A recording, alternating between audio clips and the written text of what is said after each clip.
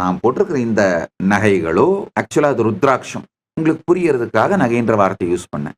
இவைகளோ, இல்ல இந்த வேலோ, மயிலோ இந்த எல்லாமும் இந்த பீடத்தை நடத்துவதற்காக பக்தர்கள் குடுத்திருக்காங்க.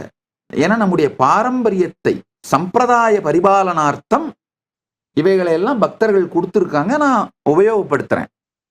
இது காலம் காலமாக அப்படியே என்னுடைய திருமேனியோ அல்லது என்னுடைய சீடர்களோ இதை யார் தொடர்ந்து நடத்துறாங்களோ அதை அப்படியே நடத்த வேண்டியதுதான். அவ்வளவுதான்.